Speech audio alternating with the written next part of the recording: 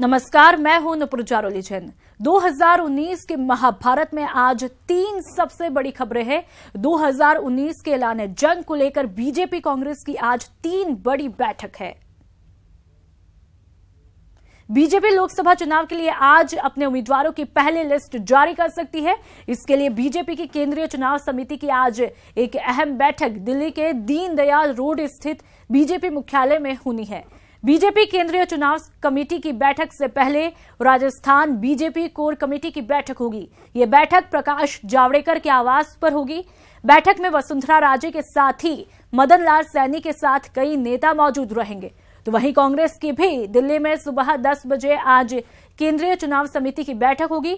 इन्हीं सब सियासी हलचलों पर नजर बनाए रखेंगे और बताएंगे हर घटना के पीछे की असली खबर हमारे इस खास कार्यक्रम 2019 के महाभारत में।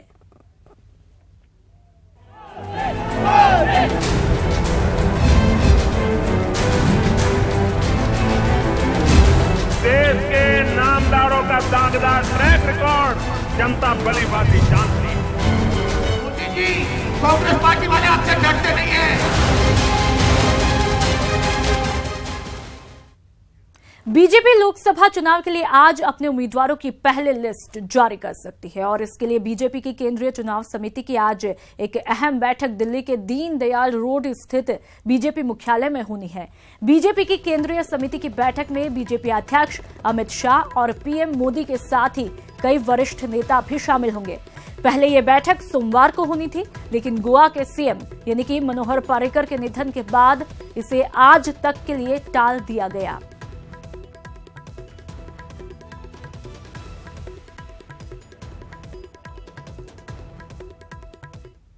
बीजेपी केंद्रीय चुनाव समिति की बैठक से पहले आज दिल्ली में प्रदेश बीजेपी कोर कमेटी की बैठक होगी। प्रभारी प्रकाश जावड़ेकर के आवास पर यह बैठक होनी है। प्रदेश के बड़े नेता जावड़ेकर से मुलाकात यहां पर करेंगे और पार्टी अध्यक्ष अमित शाह के साथ भी मीटिंग होगी। उम्मीदवारों के नामों पर आज मंथन किया जाएगा। तो आज प्रदेश के बड़े नेता जावड़ेकर से मुलाकात करेंगे।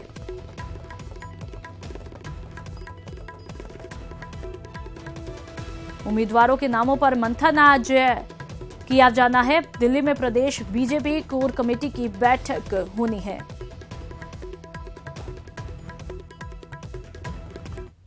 बीजेपी की माथा 25 जारी है। बीजेपी की पहली सूची कभी भी आ सकती है। हालांकि आज कोर कमेटी की बैठक में कुछ नामों पर आम सहमति भी बन सकती है। देखिए रिपोर्ट में। मिशन 25 के लिए महामंथन। स्पेशल 25 का इंतजार कब तक?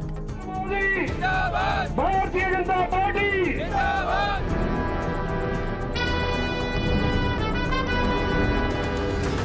साल 2019 के महासंग्राम के लिए बिगुल बज चुका है, लेकिन अभी तक ना तो कांग्रेस ने उम्मीदवारों की घोषणा की है और ना ही बीजेपी ने। हालांकि बीजेपी ने जीत के लिए नई रणनीति जरूर तैयार कर ली है। होली बाद आएगी बीजेपी की पहली सूची। जातिगत गणित साधने के लिए बीजेपी की रणनीति। कांग्रेस की लिस्ट के बाद आएगी बीजेपी की लिस्ट। कांग्रेस की लिस्ट आने के बाद कई सीटों पर किया जाएगा बदलाव। कुछ जगह हम जो पैनल देंगे उसमें से केंद्र ने भी अपना कुछ मानस बनाया होगा, उसको देखकर वो तय करेंगे। मैं सोचता हूँ राजस्थान की जो सूची है थोड़ी देरी से आनी चाहिए, होली के बाद में ही आनी चाहिए, क्योंकि अपना चुनाव भी देरी से, इसलिए इतनी जल्दी है नहीं। दिल्ली में अमित शाह के साथ राजस्थान बीजेपी कोर कमेटी की बैठक है और उम्मीद की जा रही है कि इस बैठक में कुछ नामों पर आम सहमति बन जाए। कल की जो बैठक है हमको रुकने के लिए कहा ही है। कल की बैठक में चर्चा होगी और उसमें कुछ नामों पर चर्चा हो सकती है। बीजेपी ने बकायदा हर सीट के लिए 2 से 3 उम्मीदवारों का पैनल तैयार कर लिया है। 2 नाम तो सभी में रखे ही हमने। कई जगह 3 नाम भी हैं, कई जगह 4 नाम भी हैं, कई जगह अल्टरनेट नाम हैं। सामने से ये रहा तो इधर से ये, वो समाज रहा तो इधर से ये समाज, ऐसे भी सामाजिक इक्वेशन भी देखी है। सामने से उम्मीदवार आने वाले उम्मीदवारों के नाम और उसको भी एसेस करेंगे और उसके बाद में अपना उम्मीदवार हम सोचेंगे, तय करेंगे। बीजेपी की नजर कांग्रेस की लिस्ट पर भी है, ताकि आखिरी समय में भी जातिगत गणित को साध कर जिताऊ पर ही दाव लगाया जा सके। दिल्ली से न्यूज़ 18 के लिए अभिषेक आड़ा की रिपोर्ट। कांग्रेस केंद्रीय चुनाव समिति की बैठक आज होगी और घोषणा पत्र समेत कई मामलों पर चर्चा इस बैठक में हो सकती है। दिल्ली में 10 बजे सोनिया गांधी के आवास पर यह बैठक होनी है। लोकसभा उम्मीदवारों के नामों पर इस बैठक में फैसला लिया जाना है। तो आज कांग्रेस केंद्रीय चुनाव समिति की बैठक है। घोषणा पत्र समेत कई मामले ऐसे हैं जिन पर आज इस बैठक में महत्वपूर्ण चर्चा हो सकती है। 2019 मिशन के लिहाज से समय 10 बजे का रखा गया है और ये बैठक सोनिया गांधी के आवास पर होनी है। लोकसभा उम्मीदवारों के नामों पर फैसला इस बैठक में लिया जाएगा। और अब बात बोट यात्रा की कर लेते हैं। लोकसभा चुनाव में कांग्रेस की कश्ती पार लगाने गंगा की बेटी मैदान में आ गई है। संगम नगरी से प्रियंका ने बोट यात्रा का आगाज कर दिया है।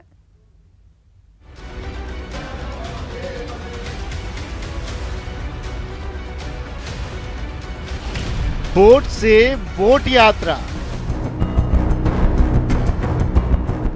बोट यात्रा से बचेगी कांग्रेस की कश्ती। बोट यात्रा से बरसेंगे वोट। यूपी फतेह का प्रियंका प्लान। 2019 के महासंग्राम में ये प्रियंका पॉलिटिक्स है।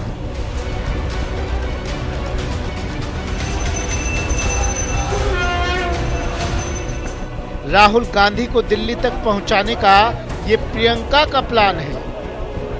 पूर्वी उत्तर प्रदेश के सियासी चक्रव्यूह को तोड़ने के लिए कांग्रेस महासचिव प्रियंका गांधी वाड्रा ने प्रयागराज में हनुमान जी के दर्शन कर अपनी गंगा यात्रा शुरू कर दी। इस दौरान प्रियंका लोगों से सांची बात के जरिए संवाद करेंगी कि जब कांग्रेस की सरकार आप लाएंगे तो एक जागरूक सरकार लाएंगे और एक ऐसी सरकार लाएंगे जो आपके लिए काम करेगी। आपने देखा है मेरे भाई राहुल जी कुछ कहते हैं उसको करते हैं। मध्य प्रदेश में हमारी सरकार आई 10 दिनों में किसानों के कर्ज से माफ हुए। राजस्थान में हमारी सरकार आई 10 दिनों में सरकार ने किसानों के कर्ज माफ किए। कांग्रेस ने बड़ा दांव खेलते हुए कांग्रेस की कश्ती को पार लगाने के लिए प्रियंका की नाव गंगा में उतार दी। लेकिन अब जरा समझिए प्रियंका की बोट यात्रा खास क्यों है। प्रियंका ने हनुमान जी के दर्शन के साथ गंगा यात्रा की शुरुआत कर अपनी हिंदू विरोधी छवि को तोड़ने की कोशिश की। बीजेपी और दूसरे दक्षिणपंथी संगठन अक्सर उन्हें ईसाई बताकर उन पर निशाना साधते रहते हैं। प्रियंका की नजर मछुआरों और निषादों पर है, जो पिछले चुनाव में बीजेपी को वोट करते रहे हैं। 3 दिन के दौरे पर प्रियंका प्रयागराज से मिर्जापुर, जौनपुर होते हुए वाराणसी जाएंगी। 20 मार्च को प्रियंका वाराणसी में गंगा की बदहाली पर पीएम मोदी को घेरेंगी। पूरी यात्रा के दौरान प्रियंका गांधी ऐसे मतदाताओं को अपने साथ जोड़ने की कोशिश करेंगी जो किसी पार्टी के प्रति निष्ठा नहीं रखते हैं। युवा वोटर्स पर प्रियंका की नजर है।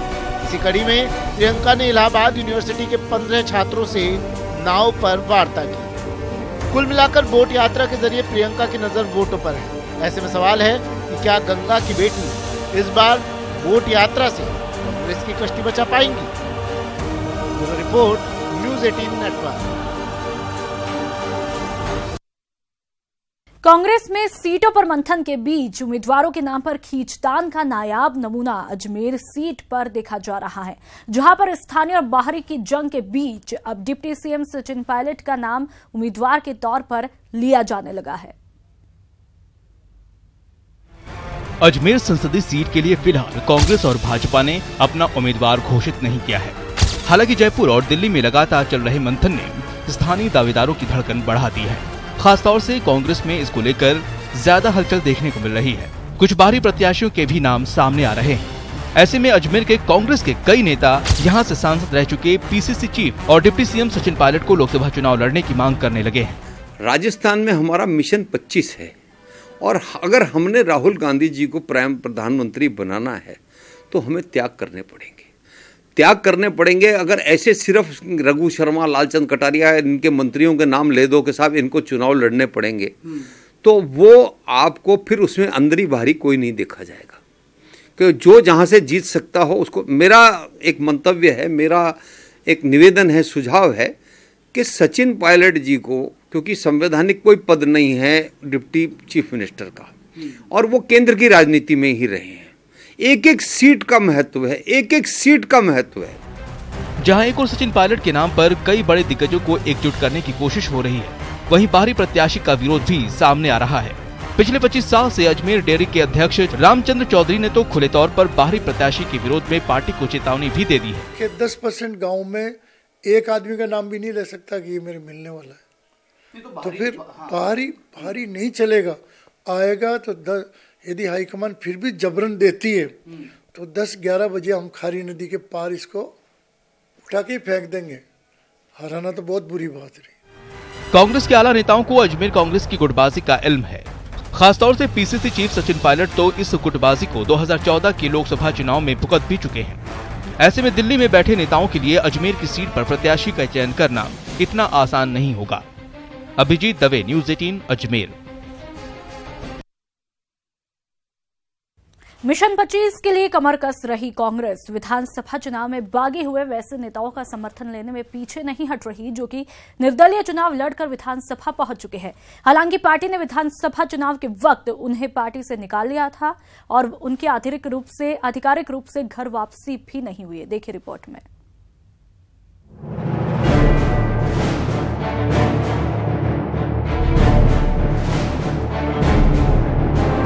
कांग्रेस को बागियों से नहीं गुरेज, क्या कांग्रेस की नैया पार लगाएंगे बागी? विधानसभा चुनाव में कांग्रेस के कई नेता हुए थे बागी। कांग्रेस के पोस्टर्स पर बागियों को भी जगह।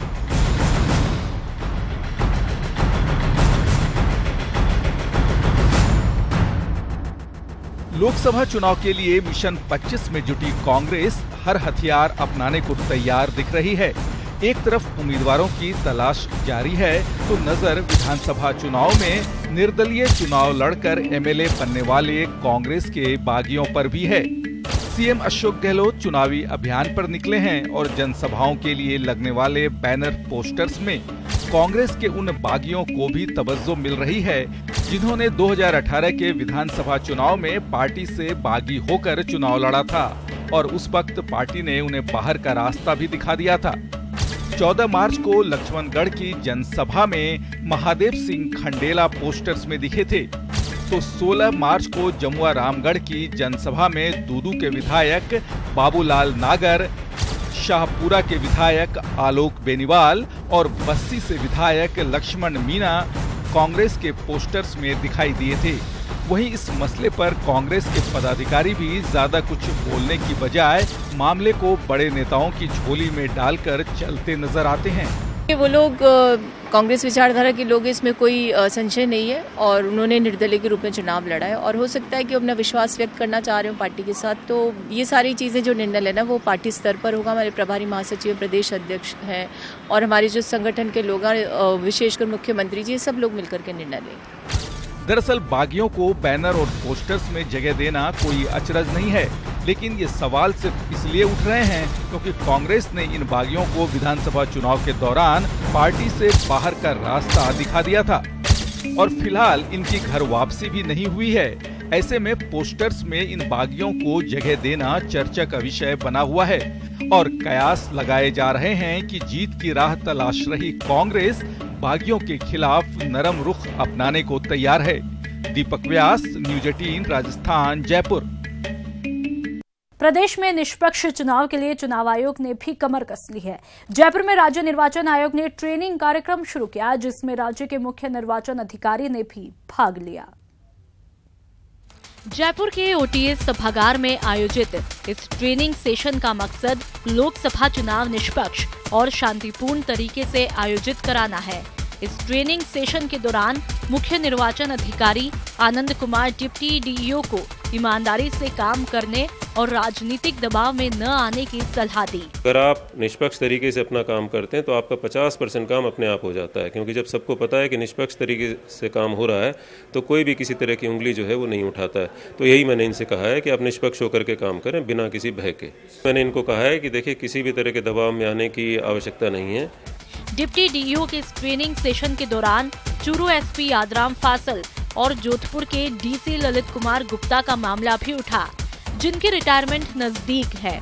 इस मामले पर मुख्य निर्वाचन अधिकारी आनंद कुमार ने कहा कि इन दोनों को हटाए जाने की प्रक्रिया शुरू हो चुकी है। चूरू एसपी के बारे में जानकारी प्राप्त हुई थी, हमने डीओपी को ऑलरेडी लिख दिया है और उसमें जल्दी जो है वो निर्णय ले लिया जाएगा। जोधपुर डीसी के बारे में भी ललित गुप्ता जी, हाँ, उनका भी अभी हमें पता चला, तो उनके लिए भी हमने डीओपी को कहा है कि आप किसी अन्य अधिकारी को जो है वहाँ पे लगाएं। इस ट्रेनिंग सेशन के दौरान उप जिला निर्वाचन अधिकारियों को सख्त निर्देश दिए गए कि अब की बार चुनाव में किसी तरह की लापरवाही बर्दाश्त नहीं की जाएगी। वोटर लिस्ट के नवीनीकरण से लेकर प्रत्याशियों के खर्चे और फेक न्यूज पर सख्ती से नजर रखनी होगी। सी विजिल ऐप पर आई शिकायतों को तुरंत दूर करना होगा। मतलब साफ है कि चुनाव आयोग पूरी तरह से तैयारी में जुटा है ताकि लोकतंत्र का महापर्व के दौरान किसी को कोई परेशानी न हो। और अब खबर श्री गंगानगर की, जहां इस बार एक खास मुहिम कांग्रेस और बीजेपी दोनों के लिए मुश्किल पैदा कर रही है और इसकी जद में आ सकते हैं केंद्रीय मंत्री अर्जुन मेघवाल, जो कि बीकानेर में विरोध के बाद श्री गंगानगर से अपनी किस्मत आजमाना चाहते हैं।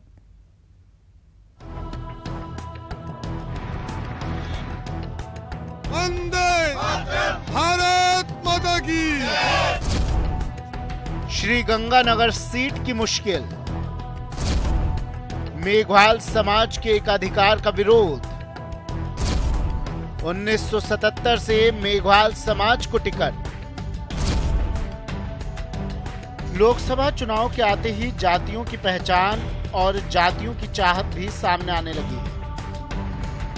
श्री गंगानगर की लोकसभा सीट में बिल्कुल ऐसे ही हालात हैं। ये विरोध है मेघवाल समाज को लेकर और विरोध जता रहे हैं एससी से जुड़ी करीब 58 जातियां। और इस विरोध का कारण छिपा है श्री गंगानगर सीट पर वोटरों के जातीय गठन में। श्री गंगानगर लोकसभा क्षेत्र के 8 विधानसभा क्षेत्रों में कुल 19,35,000 वोटर हैं, जिनमें मेघवाल समाज का हिस्सा महज 6.5% यानी करीब 1.25 लाख वोटर का है, जबकि इसी सीट पर एससी की बाकी करीब 58 जातियों का वोट प्रतिशत 28 के करीब है।